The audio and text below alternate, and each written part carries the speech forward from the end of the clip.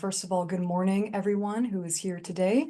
Thank you for joining us and welcome. We appreciate your time this morning. My name is Michaela Stone. I am a legislative analyst here at CSAC in the Administration of Justice portfolio alongside my colleague, Ryan Moore-Muni, who is also here today.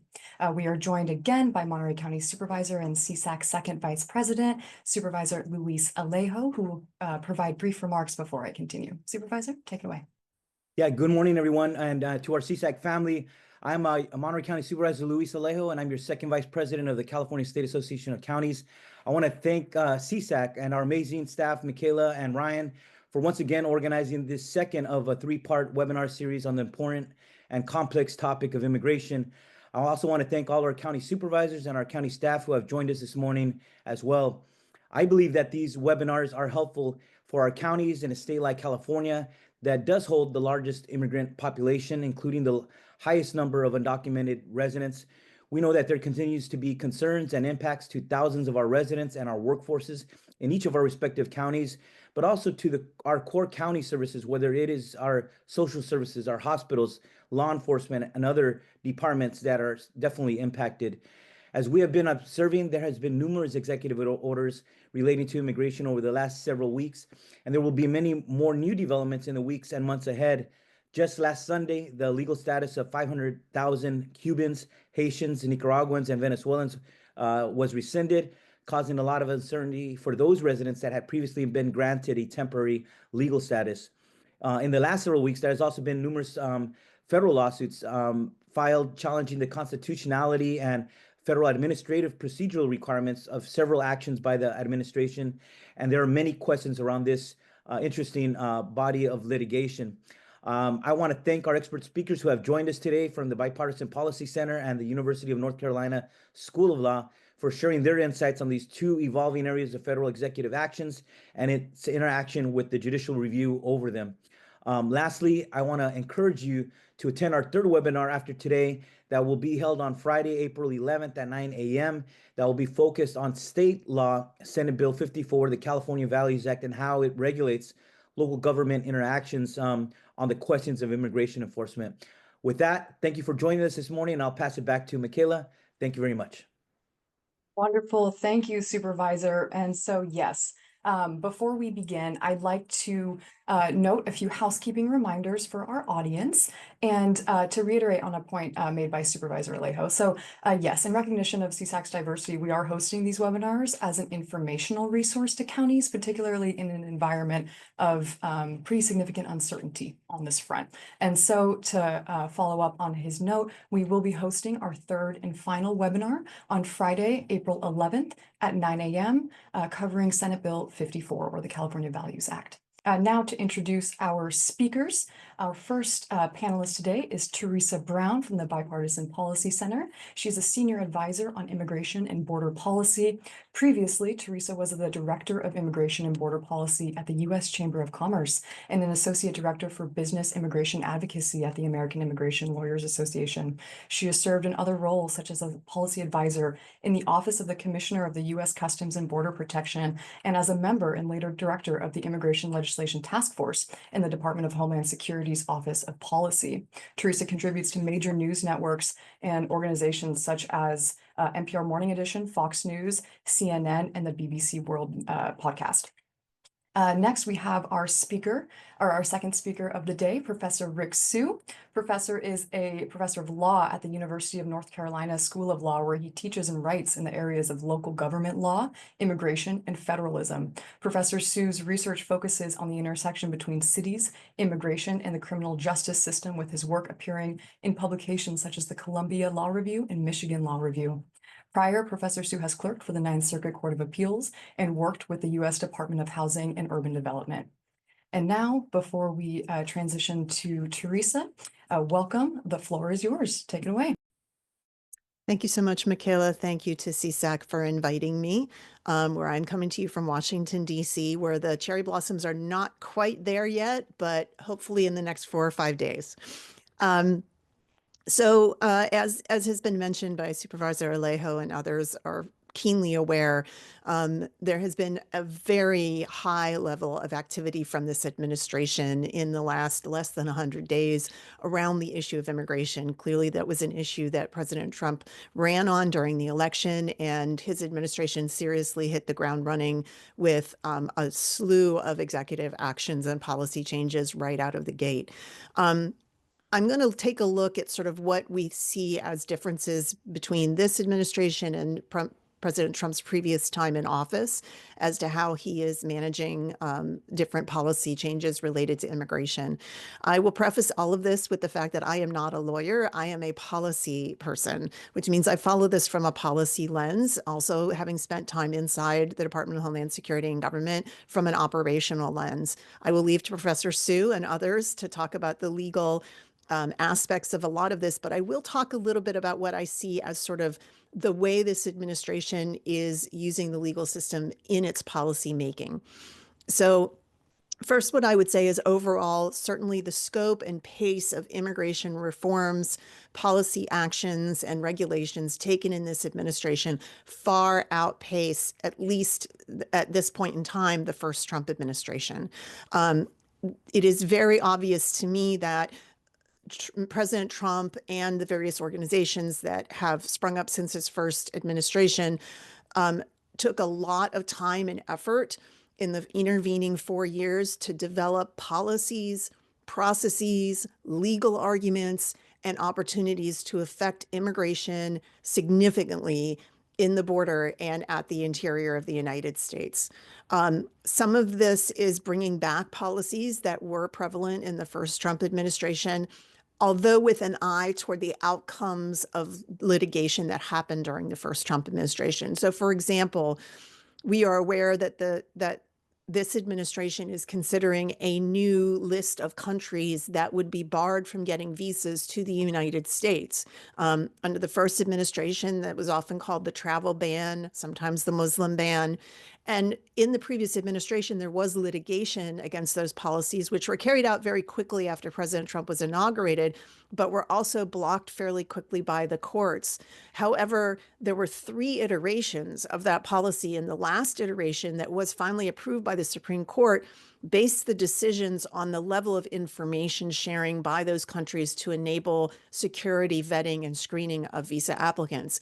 And so what we understand is that this new iteration is starting from that. These are countries that have been determined or will have been determined by the administration to somehow be lax in the amount of information they share about their citizens with the United States to conduct screening and vetting. So that's one way of understanding how this administration is taking some lessons from the litigation that went against it in the first administration.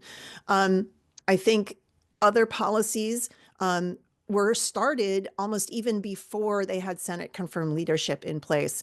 President Trump did manage to get many of his cabinet nominees approved very early in his administration, but a lot of these policies were clearly in train before even the cabinet secretaries had been sworn in. For example, many of the executive orders that were issued on his first day related to immigration, but there wasn't a Senate-confirmed Homeland Security Secretary or Attorney General to carry them out until a few weeks later. And yet they had acting people in place that changed those policies. So they did have people in place very early on to enact very quickly some of the policies that were made under the executive orders. Another place, for example, where the first Trump administration was stymied in some of the things it attempted to do was when there was a change in leadership of a department or organization. So it's worth understanding that the president can issue an executive order that directs his cabinet to undertake certain actions, but most of the laws that govern what the executive branch does vest the authority to actually take those actions in the secretaries of the departments that are responsible. So, for example, it is the Secretary of Homeland Security that issues regulations regarding immigration, not the president himself. So the president can direct the secretary to issue regulations, but the secretary is the one who actually does it. And in the first administration, when there was a change of secretaries, there was a series of people acting in that position who were not appropriately designated to be acting. And the courts eventually struck down some of their policies because they didn't have the authority to enact them. So in this administration, clearly they made sure that they had appropriate acting personnel in place and or waited for some of the Senate confirmed leadership before they issued, for example, regulations to be sure that those were in place. However, the additional thing that this administration is doing is pushing to use long disused laws and policies to affect its plans, particularly its plans for deportation of large numbers of immigrants from interior of the country. And some of these long disused laws or policies include constitutional claims, which Professor Sue will certainly speak to. But what I'm thinking about are things like the provisions of the immigration law that require every non-citizen in the United States to register with the government, including those without status. That's a provision that has been in immigration law since the 1940s. It was initially enacted to register foreign nationals who might have, for example, during World War II, ill feelings toward the United States. It is one of the ways in which the Japanese were interned in the United States, as well as Germans and other citizens of countries at war with the United States during World War II.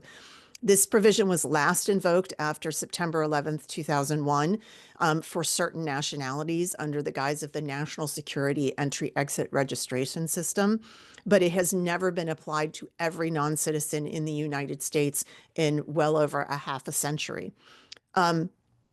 The other long disused laws we've read very recently about the use of something called the Alien Enemies Act, which was a law that was passed in the 18th century, so toward the beginning of our country's existence, has only been used during periods of war to immediately deport or remove people from countries that are at war with the United States. So this use also is a long disused law being brought back for a new purpose. The executive orders used particular language that in their mind justified the use of these laws. For example, using the term invasion or incursion to describe the arrival of immigrants to and through the U.S.-Mexico border, which would be the basis on which they could use some of these laws. They have use that foreign invasion invocation also to mobilize Defense Department resources in support of immigration enforcement far beyond what we had seen in previous administrations. And it is worth noting that previous administrations going back to George W. Bush have asked the Defense Department to send military troops to the U.S.-Mexico border at very different times in supporting roles to support border enforcement. But the activation of Defense Department active duty personnel and other resources in this administration is beyond what we've seen before. For example, 2 naval vessels have been deployed to the Gulf of Mexico in support of specifically border enforcement missions. One focus is the rescission or revocation of policies from the predecessor, from President Biden. And to be clear, President Biden came in and immediately undid many of the policies of President Trump. So this is now sort of the place we are in immigration policy, where a new administration comes in with a very different attitude, viewpoint, and policy preference around immigration, and immediately works to undo policies of the previous administration. So one very long executive order that was signed by President Trump in his first days undid dozens of previous executive orders from previous presidents, some of which go back even before the Bill Clinton administration. He also, of course, undid policy memorandums, such as the Enforcement Priorities Memo that President Biden had put in place, which told immigration enforcement agencies which immigrants they should prioritize for enforcement and which were lower priority. Obviously, we've seen them revoke various parole and temporary protected status programs that were initiated by the Biden administration. Certain other regulatory changes may or may not be on the horizon. Some they may leave in place. For example, the Biden administration in its last years issued new regulations on who is allowed to claim asylum at the border that are quite restrictive, are themselves subject to litigation, and this administration may choose to leave those in place and or strengthen them. So it's not for sure that this administration will undo everything that the previous Biden administration did. Another regulation that was passed in the waning months of the Biden administration related, for example, to H-1B specialty occupation workers included several provisions that the Trump administration had put in proposed regulations it was trying to do when it was in office. So there's not necessarily true that everything that was done in the previous administration will be or try to be undone. Finally, I would say the overarching direction from the president this time, which is different than the last time, is that it is the highest priority of the entire federal government to address illegal immigration with all the levers of federal authority and power that they believe they have. So what that means is they are not only activating the Defense Department, but under a provision of law that predates 9/11 and the creation of the Department of Homeland Security, when immigration was part of the Immigration and Naturalization Service that resided in the Department of Justice. There's a vestigial part of immigration law that allowed the Attorney General to activate all of the federal law enforcement agencies in the Department of Justice in support of immigration enforcement when called for. That authority transferred to the Secretary of Homeland Security when the Homeland Security Act was passed in 2002, hasn't been used to my knowledge since then. And the new Secretary of Homeland Security invoked it to activate Drug Enforcement Agency, the Bureau of Alcohol, Tobacco, Firearms, and Explosives, the FBI, to enforce immigration law. They have, as I mentioned, significantly moved Defense Department resources in various ways, including to allow DoD installations to be places for detention of immigrants who have been arrested by the United States, use of military flights for deportations, of course, the reactivation of Guantanamo Bay to hold immigrants. These are all evidence of the redirection of the federal government. The president ordered the Justice Department and all U.S. attorneys to prioritize prosecutions of all of the criminal provisions of the Immigration Nationality Act. It's worth understanding that most of the immigration laws are civil in nature, including immigration detention. It is not criminal detention. It's not meant for punishment. It is supposed to be civil in nature to ensure that people show up for their immigration hearings. But there are many provisions of the immigration law where violation can be charged criminally. Most of them have never been charged and are not frequently charged because it would, frankly, take up an awful lot of time of the Justice Department, prosecutors, the federal judiciary, and yet the president has said explicitly, these are now priorities, including failure to, for example, register under these registration laws that can be criminally prosecuted, and now they are directed to do those prosecutions. So some areas of focus for this administration where are aggressively confronting organizations and institutions that they feel are protecting undocumented immigrants or thwarting their efforts at immigration enforcement. And we've seen this including post-secondary institutions, nonprofit organizations, attorneys, and the immigration bar writ large, and states and localities with various policies, so-called sanctuary policies, or who provide benefits to immigrants regardless of status, such as driver's licenses or ID cards. And the way they are going about this is both through threatening with use of prosecutions under different parts of the immigration statute, for example, trying to expand the definition of harboring undocumented immigrants, or threatening sources of funds. And we did see that under the first Trump administration, where they threatened to withdraw, for example, certain Justice Department funds under the burn grants and others from localities that had these various policies. There was litigation around that. For the most part, they were not allowed to proceed with withholding the money, but that they're doing it again now with a broader scope of funding. And we are seeing various institutions, instead of losing funding, for example, we just saw Colombia make changes to its policies to retain government funding. We may see changes to various states and localities rules as well. At the same time that all of this is happening, government agencies that are involved in the process of immigration are being subject to reductions in force by the Department of Government Efficiency, Elon Musk's U.S. DOGE service, as they call it. So we have seen U.S. Citizenship and Immigration Services, which is the agency that adjudicates benefits and asylum visa applications, have had officers redirected to immigration enforcement. We've seen a reduction in the number of immigration judges who listen to cases for whether or not somebody can be removed from the United States or stay in the United States. Just this week, we saw that the Department of Homeland Security's Office of Civil Rights and Civil Liberties, the Ombudsman for U.S. Citizenship and Immigration Services, and the Office of the Immigration Detention Ombudsman all were essentially reduced to 0 employees, or just the named official. These are statutory offices within the Department of Homeland Security, so they have to exist under law, but without any individuals, they can't really conduct any work. And other branches of the federal government in our tripartite system are mostly sidelined right now watching this. So Congress, being majority in Republican hands, is mostly supportive of the actions of the Trump administration.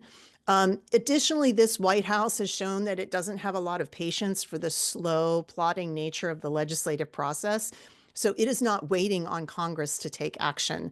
But it does expect Congress to eventually ratify what it has already done. And there's ongoing discussions between the White House and Republican leaders in Congress as to which parts of the Trump administration actions should be enacted into law. However, Republicans are also running up against the strictures of the fact that their majorities are very slim. And so their challenge of getting all of their members on the same side with actual legislative priority of the administration, which is frankly extending the 2017 tax cuts by reconciliation and increasing the debt limit, funding the actions of the administration, those are the priorities, and that's taking up a lot of energy. So I don't see a lot of congressional action legislatively on changing the immigration system or addressing this. And obviously, with Republican control in Congress, oversight by Congress of the executive branch is going to be limited. Although Democrats will, when hearings come up, try to ask the questions and get information from the administration. So we are, of course, seeing the courts get involved again. But in order to have litigation against actions of the federal government, you have to have litigants. You have to have plaintiffs, people who have standing in the court system that can show that they have been personally harmed or represent people who have been harmed, so that the court can recognize them to bring the lawsuit. So what is happening is that the litigation is taking some time to get off the ground. As they locate appropriate plaintiffs, as the courts decide whether they have standing. And then the court process itself is not necessarily fast. So in many ways, the courts are also kind of playing catch up to the actions of the administration, which are happening, frankly, faster than the courts can really keep up.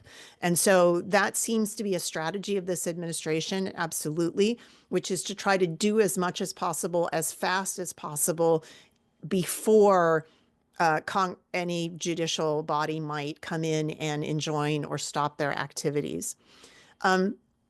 What I think this means for counties and other state and local government organizations is you're acting in a rapidly changing policy and political landscape.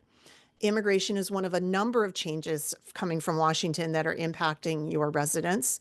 Official announcements of policy changes are only the highest level of activity. So whether it's an executive order or a regulation, there are a lot of things that are also happening locally because there's a lot of the stuff that is implemented locally. So local field office directors of the Immigration and Customs Enforcement, local chiefs of Border Patrol sectors have been given a lot of autonomy to conduct operations in their jurisdictions. And so whether or not there's any sort of direction from Washington, you may find activity happening in your jurisdiction already. And things that don't make the national press and may or may not have been preceded by a national announcement, such as local immigration enforcement activities. In spite of some high-profile times when, for example, the Secretary of Homeland Security has gone on a ride-along with ICE agents, for the most part, Immigration and Customs Enforcement, Border Patrol, and other federal law enforcement do not want to preview their enforcement actions ahead of doing them because it risks the people they are going after, their targets, learning about it and escaping them, and or risks negative actions against their law enforcement officers, which they don't like. We've also seen and heard that both the federal government and other interested parties may be sending letters to government officials with demands for information or threatening different types of action if policies are not changed. Whether or not these letters have force of law or whether or not they need to be responded to, I will leave to the attorneys to say, but certainly they are meant to threaten and intimidate to get changes. And obviously, as we've already talked about, the federal government is either already withholding funding or threatening to withhold funding based on different disagreements in policy or practice with local governments. And this can happen often with little or no explanation.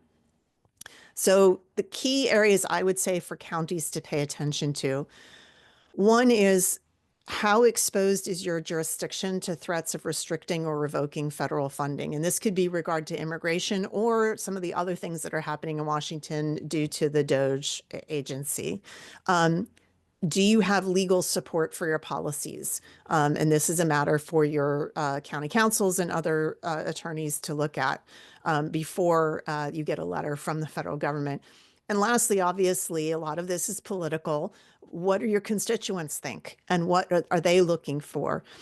Is there political support for your policies? At the end of the day, President Trump is doing these actions because he ran on them and he was elected on them by a majority of the American public. So he believes that he has very strong political support for his activities. That may differ in your jurisdiction, or you may find that your jurisdiction is very supportive of what the president is doing.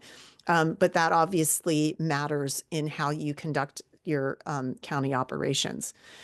I would suggest very strongly that because we are in such a rapidly evolving landscape, that communication is key. And what that means is you need to be paying attention to what is happening in Washington, D.C., and tap into Washington-based newsletters, organizations in Washington. I have been an advisor for the National Association of Counties Immigration Reform Task Force. NACO is very plugged into what's happening in Washington, and so that's a great source of information.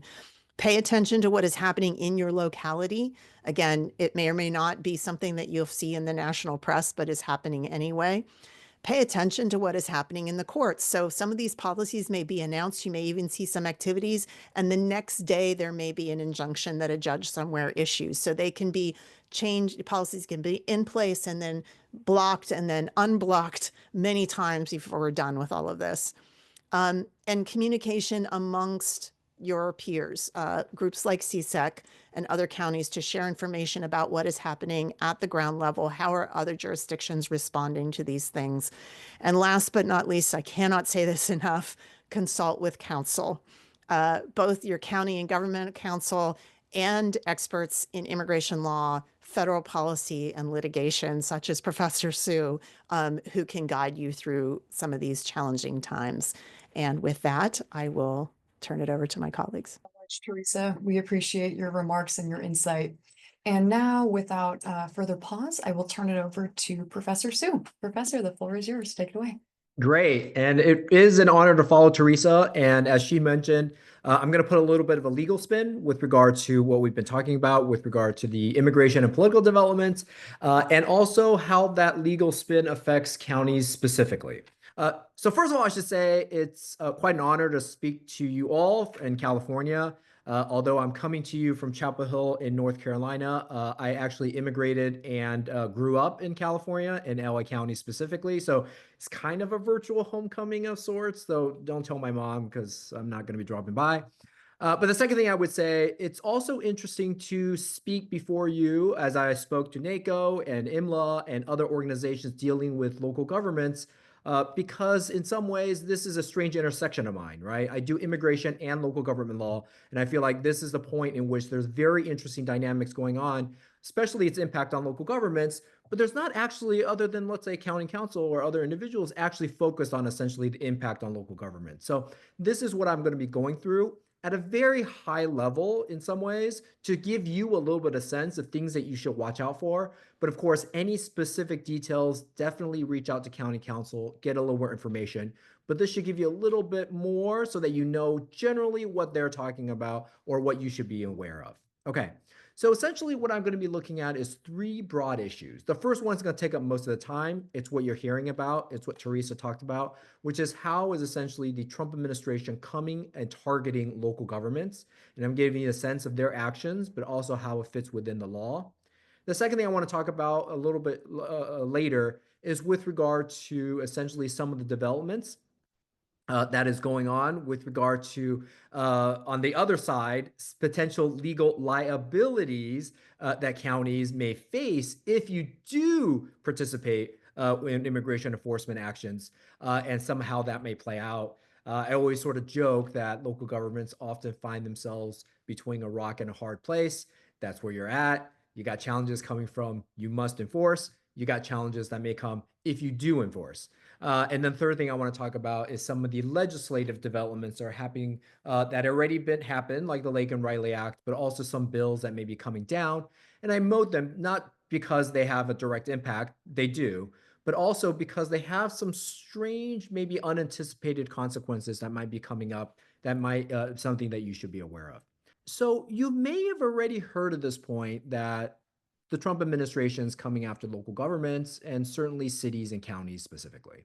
And for the most part, those are coming in two waves. The first is litigation. So there have been specific lawsuits that are now filed against states, counties, and local governments. More specifically, Chicago, Cook County, and the state of Illinois and New York, right? So these are litigation that's coming down in which the government, federal government, is specifically challenging state and local policies, so-called sanctuary policies, that limit some sort of enforcement. And what they're really focusing on right now, at least, is limits on abiding by federal immigration detainers, right? Federal government sends you a little thing, hold on these folks for up to 48 hours so that we can pick them up.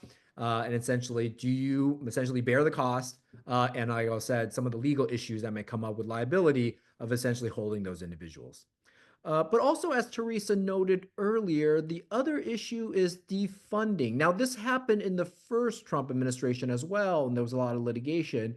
But we're getting a lot of murmurs of not only defunding with regard to, let's say, DOJ grants, but also a number of other grants. So I keep hearing about FEMA grants or Department of Transportation grants, that there's more signs that essentially these grants may be contingent on some sort of compliance with immigration enforcement. I will get to some of the consequences with regard to this because a lot of this happened in the first Trump administration. But one thing to know about the defunding, and I think you see it all around, is I think the Trump administration has realized that this is their secret weapon. That essentially litigation means they come after you, but if it's defunding and they just cut off the money, and again, not just on immigration, on all sorts of things, it really is then up to you guys to go after them. And in some ways, it puts them in a very strong position. So I'm going to talk about both. Next slide. But you might have also heard that there are, in fact, local governments, cities and counties specifically, that have also sued the federal government. And here we're seeing that there was one litigation actually really coming out of California involving both San Francisco County, but Santa Clara County, King County, and Washington against the federal government. And a lot of it is sort of focusing on essentially the threat of taking away particular money. So in some ways, what we have going on is not only is the federal government really targeting sanctuary cities and sanctuary jurisdictions and state policies, but we're actually starting to see, though still a relatively small group of essentially local governments at this point suing back, right? And we're going to see. Now, to give you a little sense, because you probably heard a lot about these litigations and what's going on and what they're about, I'm not going to go through all the funny details, all the specific details. If this was to just your county council, I would. But I did want to give you a little bit of sense of the bigger picture of what we're fighting over. So essentially, the big issue here is essentially a matter of so-called federalism, right? So we are in a system in which there are 2, maybe 3 layers of government, certainly between the federal government and the states. And one might say, as I'll show a little bit later, maybe a divide we might also see between the state governments and you all, state and local governments, right? Counties and cities. Now, here's the thing. What you might have heard a lot with regard to what's going on is essentially on the left side, right? The blue side, which is the federal government says, well, wait a minute, federal immigration law is essentially the law of the land. It's the federal government that sets immigration policy. And the way we talk about it, they have plenary power over immigration. So in that sense, what they've been saying essentially says, you must do what we want you to do because we're the ones that set immigration policy. Now, it is true that the federal government sets immigration policy, but just as immigration is a federal issue, immigration is also a federal responsibility. So the other side that's important, though of course you're not hearing this so much from the Trump administration these days, is of course the pushback, if you will, from state and local governments, which is to say that in our system of federalism, and you might have heard the term state rights, essentially it's to say that there's a division between the federal government and the state governments. And more specifically, though the term is fancy, anti-commandeering, it's essentially saying that the federal government cannot force you to do something. Or more specifically, the Supreme Court has held that the federal government cannot force a state or local government to either enforce a federal law or carry out a federal program. They enforce a federal law. That actually started off, interesting enough, as a sort of a conservative position, was actually a case involving a county, a sheriff specifically, that said that they should not be able to be forced to enforce federal gun laws, in that case, the Brady Act, to do background checks. And the Supreme Court agreed. The federal government can pass a federal gun restriction. The federal government is responsible for enforcing it. They can't force a state government or a local government to enforce the federal law.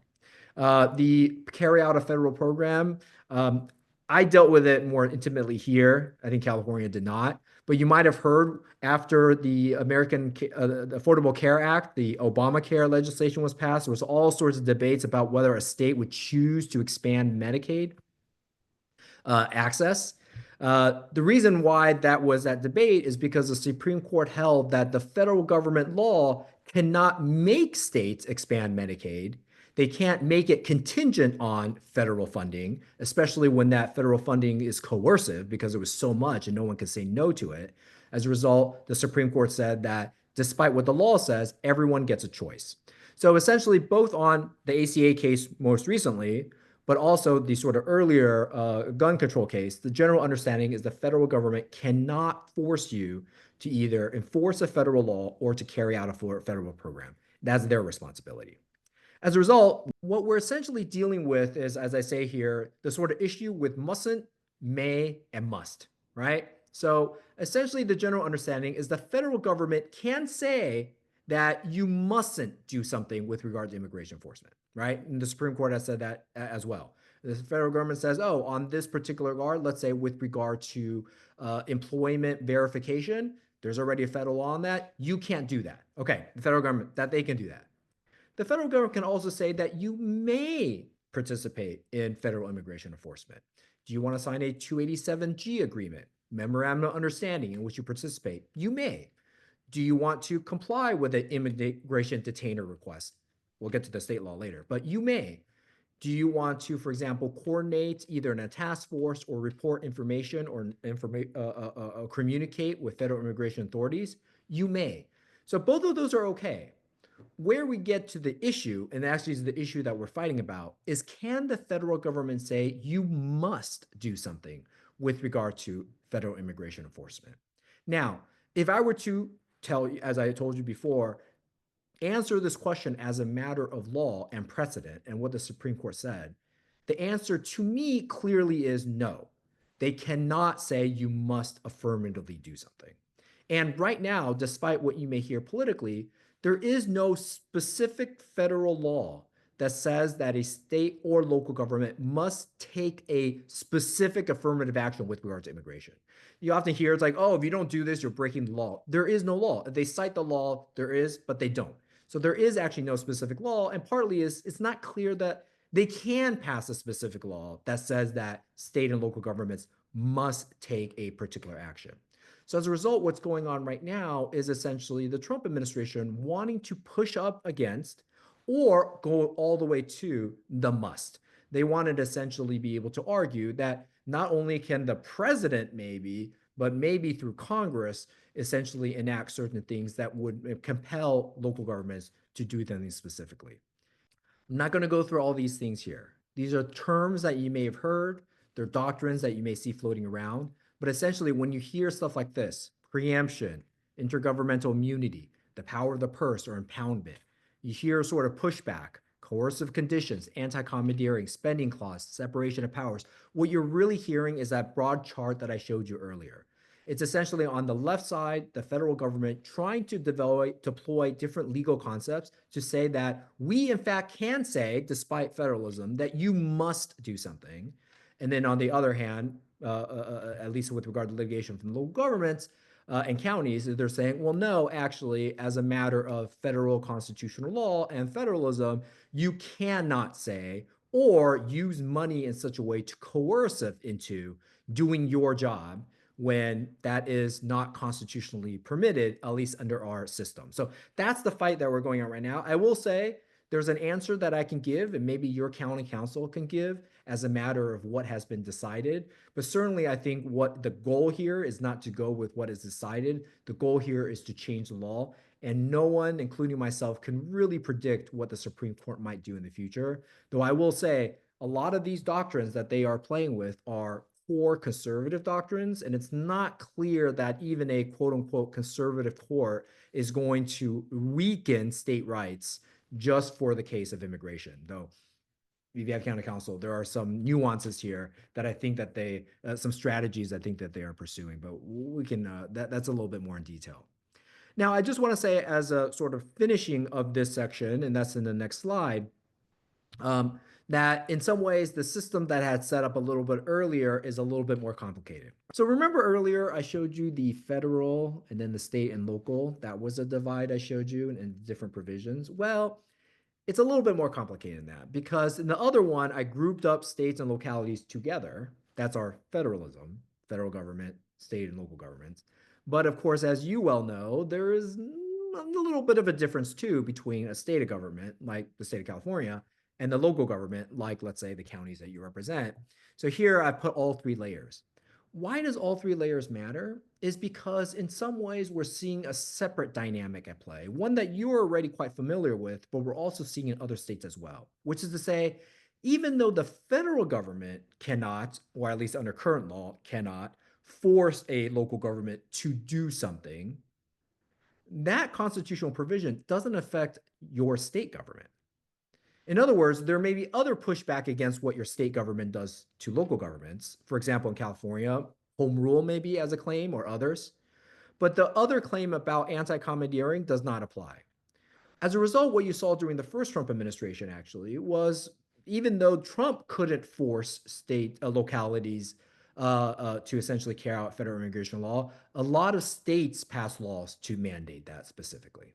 Texas, North Carolina, Tennessee, Florida, many number of states essentially passed quote unquote anti-sanctuary laws or immigration mandates that essentially did the job that the federal government could not do on the federal government's behalf. Now, California, along with Illinois, went the other way. Even if you wanted to participate in federal immigration enforcement, the state of California, and as we hear more detail in your next session with SB 54, has put limits on it. So this is to say that although earlier I was talking about the federal and local, state and local conflict at play, this gets more complicated when we imagine that the states are also an independent entity. And I would suspect to see that some of the state and local dynamics, certainly especially in other states, are going to play even a bigger role than necessarily what the federal government is going to do, especially states that are happy to essentially compel in a way that the federal government cannot, right? Essentially take over the federal government's job and do it for them with regard to their own cities. So what the federal government wants to do in the Trump administration is to force states and localities to carry out federal immigration enforcement. What they want to focus on, for the most part, though to be fair, it could be more expansive in the future, is detainer requests.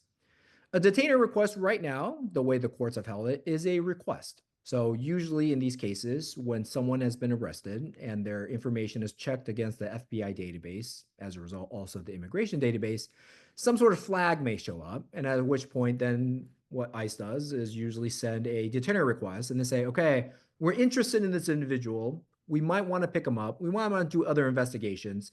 If this person is going to be released, either they post bond or there's no charges or they serve the sentence that they were charged with and they're about to be released, we want you to hold it on for 48 hours is right now what they're saying, 48 extra hours in order for us to make sure that that is okay, to give us a little time to get there, right? So here's the thing. In order for a county sheriff in your situation, or if there are cities, local police officers to hold someone, they need, as you may have seen in cop shows or your study of the Constitution, they usually need a warrant, right? So to detain or arrest someone, you need a warrant or independent probable cause, right? You got to have the information to say, yes, I'm pretty sure this guy's committed a crime that I can arrest him for, or I got someone else like that issued a warrant to be able to do so. When we talk about those warrants, though, we have to be more clear because although the Constitution talks about a warrant, what that warrant means is a judicial warrant. In other words, a warrant issued by someone that isn't just the police officer, issued by someone who isn't just a federal ICE official, right? Someone that is considered to be a neutral third party, right? Because I'm biased. I'm trying to arrest you. So I got to go to a third party to say, okay, this is what I got. What do you think? And usually we imagine a judge would look it over as a neutral third party and go, okay, I think you got enough. I'm going to issue a warrant. Why I'm making that very clear is because the warrant language is now used in all sorts of different contexts, even when they don't mean that warrant. And you might have heard the term administrative warrant. Now, what is an administrative warrant? Here's the thing. ICE operates primarily through administrative warrants. An administrative warrant, though, is a misnomer. It's actually just a document, a warrant issued by ICE itself. So ICE is like, we want to arrest you, and here's our warrant. Who issued the warrant? Oh, we issued the warrant. Like, we just wrote it up.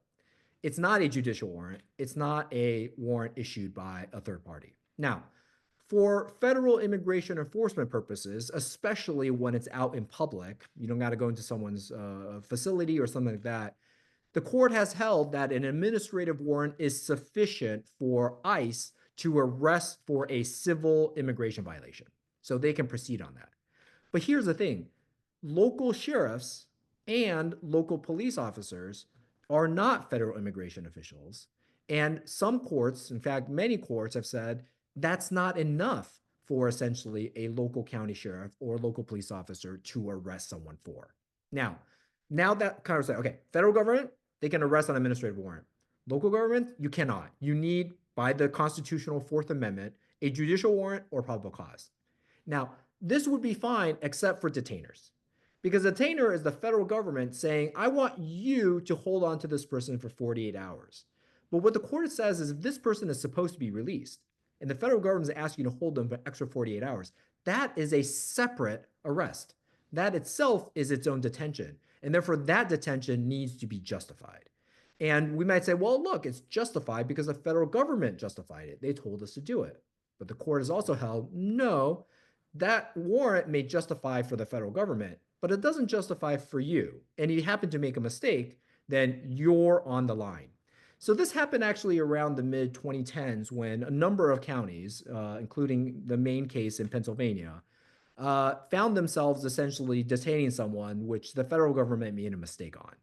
And instead of going after the federal government, which is protected in all sorts of ways, they went after the county.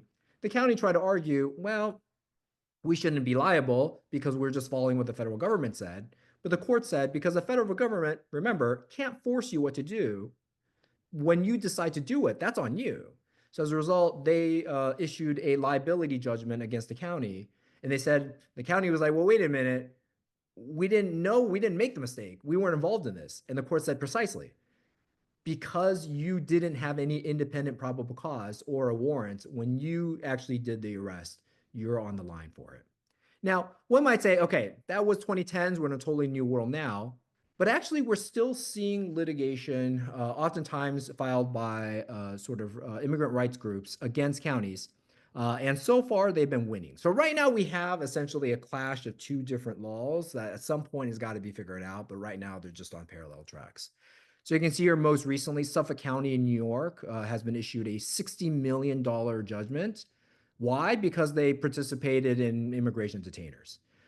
Even before that, in New York City, agreed in a settlement to pay $92.5 million. You would say, well, wait a minute, isn't New York City a sanctuary? Well, between 1997 and 2012, way before we even dealt with all this sanctuary stuff, they were participating in immigration enforcement, and the court said all that was illegal. Like, you cannot detain someone extra without essentially a judicial warrant, which ICE never gets because it takes too much time for them, at least they say. Partly half the time they don't have that much, they're just investigating still. And more recent, and then also in a much smaller payout was a settlement where LA County agreed to do the same, again, for the same reason. So I'm just wanted to there's two tracks that's going on. You're facing legal challenges and potential fiscal consequences for not participating in federal immigration enforcement. And on the other hand, it seems like even if you wanted to and participate, there's this other line as well that might be problematic. The last thing I want to talk about here is just a number of bills, actions that may be happening in Congress. Usually I would say Congress does nothing, so we don't have to worry about that. But one thing that happened with the Lake and Riley Act was I realized that the issue of immigration has become, in some ways, let's just say it's changed a lot, I think, in the past few months, I would say. So Lake and Riley was packed really quickly in a bipartisan manner. So just to keep an eye out, it could be that as things sort of develop, that other bills might come out in a very quick manner, even before, especially Lake and Riley. I think people really had time to just digest what they do. So this is actually a bill that was proposed by my senators, Tom Tillis, along with other co-sponsors in Congress. Remember I told you earlier that the federal government cannot force local governments to do something specifically that is protected by federalism? Well, what's interesting about this bill is it seems to try to get around that constitutional provision using a trick that Texas tried to do to get around essentially Roe v. Wade before the court got rid of it anyway. If you recall, what Texas had tried to do was say, okay, Roe v. Wade says that we cannot force you, we cannot bar you from getting an abortion. But maybe instead of barring you from getting an abortion, we just say other people can sue you if you do get an abortion. So it's not us going after you. We're just saying someone else can sue you for the liability, right? They've created a cause of action is what we call it, a way to sue. Now, the Supreme Court never actually decided whether or not that's just a crazy loophole or whether or not that's allowed and gets around the constitutional prohibitions. Well, this law essentially uses that. It's not saying that you have to abide by immigration detainers, but it says if you don't, and some sort of injury is caused, then anyone else, in fact, anyone in the country can sue you for damages that was caused by an unauthorized immigrant. So essentially trying to use liability to force you to do something without necessarily forcing you to do something. So this is a very interesting theory. Like I said, was used in the immigration and the abortion context. We'll see if this actually goes through. And of course, there's this other component, which is, wait a minute, we have sovereign immunity. How can the federal government say, well, they're wanting to make a contingent on federal funding that the state waives your sovereign immunity in this particular case? So it's a very sort of intricately kind of loophole or way around it. But normally I would say this is crazy cakes legislation, but who knows, right? These things are passing fast. And as much as, I say it's from my state, Tom Tillis proposing this. Tom Tillis is a moderate. So, well, I won't go into that. But this is to say that this is not necessarily, this is sort of an establishment bill that's circulating around. As I've noted before, you might have heard the Lake and Riley Act was passed. Now, what you may have heard about Lake and Riley is we're going to go after criminal aliens. We're going to make sure that they're, caught. We'll make sure that essentially the Lake and Riley's in the future would not be killed by unauthorized immigrants. But what's important to know about Lake and Riley is actually two components, and some of it affects you.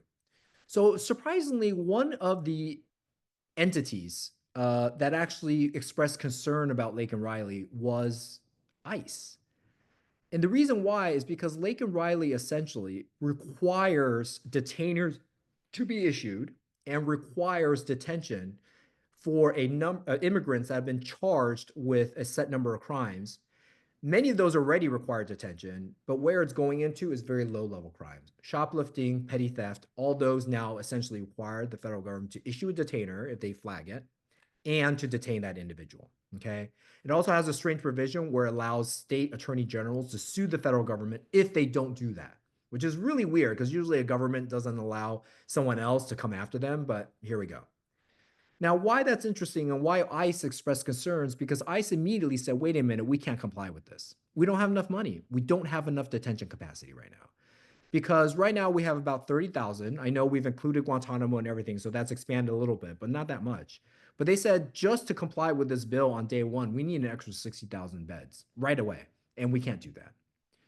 So as a result, I think we're in a weird situation right now where I think it may be, and as counties, since sheriffs and jails operate under your jurisdiction at that level, we're going to probably start seeing more pressure from the federal government for you all to carry on some of the detention capacity that the federal government is really trying desperately to build, but they need more appropriation. Again, they can print money, but they want to do it on your back. The second thing I would say here that's sort of interesting here is I'm hearing reports out of Mecklenburg County over here in North Carolina, where in North Carolina, the state law requires them to comply with immigration detainers. So we're already in the mandate world. So Mecklenburg sheriff has to comply with immigration detainers. But they're saying there's so many immigration detainers being issued, partly because of Laken Riley or just the federal government, and then the federal government's not picking them up. So they have all these immigrants that they're keeping for up to 48 hours. They're releasing them because it's not even clear they can keep them after 48 hours. Now there's local representatives upset that they're releasing them. But they're saying, wait a minute, we can't keep these individuals, and the federal government's not picking them up. So we're actually incurring all this money for these extra 48 hours that also raises our liability, and the federal government's not even picking up because they don't have the capacity right now to actually deport. So you might be in this situation where you might see, and again, under SB 54, you can't comply with detainers, but that pressure is going to be coming on. But that pressure is because the federal government itself is under pressure because of Laken Riley to essentially issue those detainers and then to take those individuals into detention. So those are something to watch out for as well. All right, that is all. Thank you. And again, I maybe still have some time for questions, but appreciate your time. Thank you so much, Professor Sue. I appreciate all of that very much.